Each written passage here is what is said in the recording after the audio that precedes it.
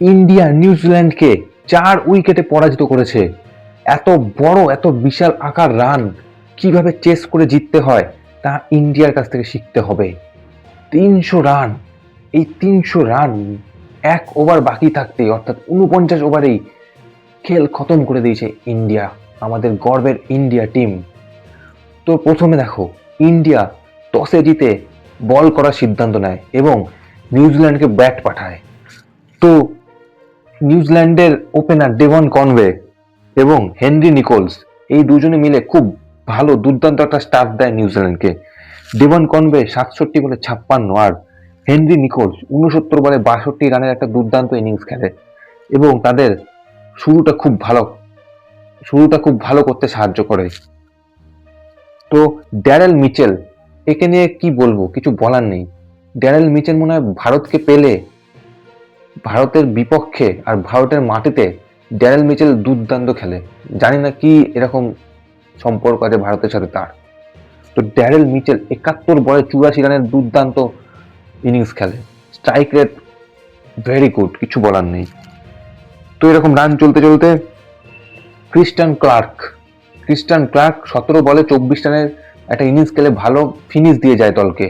Middle wicket পরে run একটু চাপে, কিন্তু লাস্ট শেষে এই ক্লার্ক 17 বলে 24 রানের ইনিংস খেলে একটা ভালো ফিনিশ দিয়ে যায়, যার জোরে নিউজিল্যান্ড 300 রান অব্দি যেতে পারে। 300 রানের গন্ডি তারা ছুঁয়ে নেয়। এবার ইন্ডিয়াকে টার্গেট দেয় 301 রানের। এত বড় রান, তবে আমাদের ইন্ডিয়া টিম বস কিচ্ছু ভয় পায় না। ইন্ডিয়া টিমে বোলিং দেখো, বোলিং এর কথা তো ভাই বলতেই হবে। জাসপ্রীত বুমরা নেই, শামি নেই, মোহাম্মদ সিরাজ দুর্দান্ত বল, 8 ওভারে 40 রান, 2টি উইকেট নেয়। তার সাথে রয়েছে আমাদের রানাজি কি করেছে দেখো, 10 ওভারে 65 রান দিয়ে 2টো উইকেট। প্রসিদ্ধ কৃষ্ণাকেও খেলিয়েছে, 9 ওভারে 60 রান দিয়ে 2টো উইকেট নেয় প্রসিদ্ধ কৃষ্ণা। কুলদীপ যাদব 9 ওভারে 52 রান দিয়ে 1টা উইকেট নেয়। সুন্দর, জাডেজা এরা উইকেট পায়নি। তো এবার এসে ব্যাটিং এ 301 রান তাড়া করতে নেমে রোহিত শর্মা, আমাদের হিটম্যান, এবং শুভমান গিল প্রিন্স খুব ভালো একটা স্টার্ট দেয় ভারতীয় দলকে। কিন্তু দুর্ভাগ্যবশত রোহিত শর্মা 29 বলে 26 রান করে আউট হন। রোহিত শর্মা আউট হয়ে যাওয়ার পর ক্রিজে আছে আমাদের কিং কোহলি, বিরাট কোহলি। এবার বিরাট কোহলি আর আমাদের ক্যাপ্টেন মিলে খুব সুন্দর রানটাকে এগিয়ে নিয়ে যায়।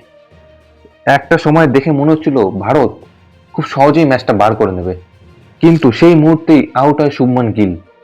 কায়েল জেমিসনের বলে গ্লেন ফিল্ডস একটা ভালো ক্যাচ নিয়ে গিলকে প্যাভিলিয়নে পাঠিয়ে দেয়। বরং গিল হাফ সেঞ্চুরি করেছে, 71 বলে 56 রানের একটা ভালো ইনিংস খেলেছে।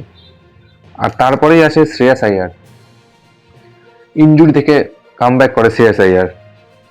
বিরাট কোহলি দুর্দান্ত হাফ সেঞ্চুরি করে, কিন্তু দুর্ভাগ্যবশত 93 রানে মাত্র 7 রানের জন্য তার আর একটা সেঞ্চুরি, একটা অনবদ্য রেকর্ড তার মিস হয়ে যায়। 93 রানের একটা স্টেটে শট খেলতে গিয়ে ক্যাপ্টেন ব্রেসওয়েলের হাতে ধরা পড়ে এবং আউট হয়ে যায়। শ্রেয়াস আইয়ার আউট হয় 49 রানে, একটা রানের জন্য তার হাফ সেঞ্চুরিটা মিস করে। শ্রেয়াস আইয়ার যে এই ইনজুরি থেকে কামব্যাক করে এসে 4 নম্বর পজিশনটা ধরে রেখেছে এবং এরকম দুর্দান্ত খেলেছে, এটাই আমাদের পক্ষে অনেক। 4 নম্বর আউট করে আউট হয়। 47 বলে 49 রান করে শ্রেয়াস আইয়ার।